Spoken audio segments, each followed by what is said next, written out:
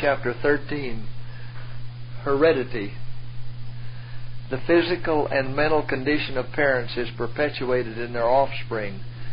This is a matter that is not duly considered. Wherever the habits of the parents are contrary to physical law, the injury done to themselves will be repeated in future generations. Satan knows this very well, and he is perpetuating his work through transmission. Those who will indulge the animal passions and gratify lust will surely stamp upon their offspring the debasing practices, the grossness of their own physical and moral defilement. By physical, mental, and moral culture, all may become co-workers with Christ. Very much depends upon the parents. It lies with them whether they will bring into the world children who will prove a blessing or a curse.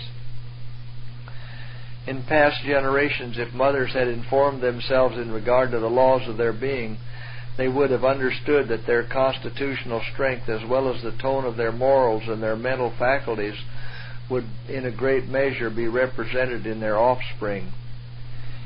He should not have committed so great a crime as to bring into being children that reason must teach him would be diseased, because they must receive a miserable legacy from their parents.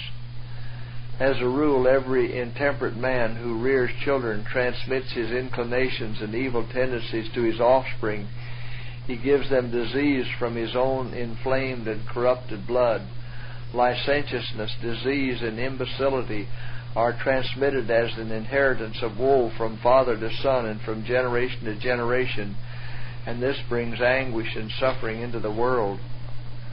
Thousands are devoid of principle. These very ones are transmitting to their offspring their own miserable, corrupt passions. What a legacy!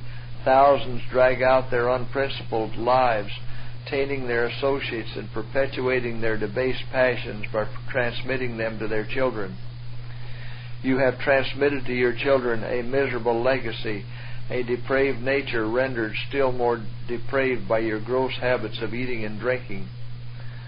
Parents sin not only against themselves in swallowing drug poisons, but they sin against their children. The vitiated state of the blood, the poison distributed through the system, the broken constitution, and various diseases as a result of drug poisons are transmitted to their offspring and left to them a wretched inheritance, which is another great cause of the degeneracy of the race. Tobacco and liquor stupefy and defile the user, but the evil does not stop here. He transmits irritable tempers, polluted blood, enfeebled intellect, and weak morals to his children. Those who have indulged the appetite for these stimulants have transmitted their depraved appetites and passions to their children, and greater moral power is needed to resist intemperance in all its forms. As a rule, every intemperate man who rears children transmits his inclinations and evil tendencies to his offspring.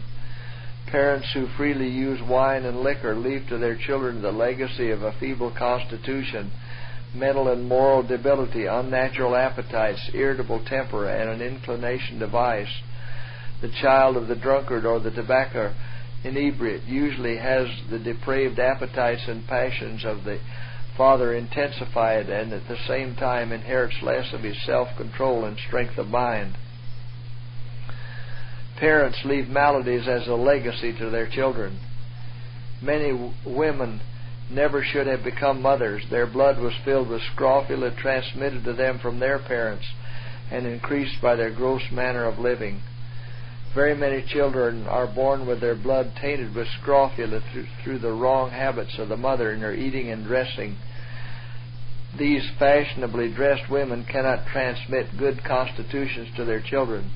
Wasp waists may have been transmitted to them from their mothers as a result of their sinful practice of tight lacing and in consequence of imperfect breathing. Poor children born of these miserable slaves of fashion have diminished vitality and are predisposed to disease. The impurities retained in the system in consequence of improper breathing are transmitted to their offspring.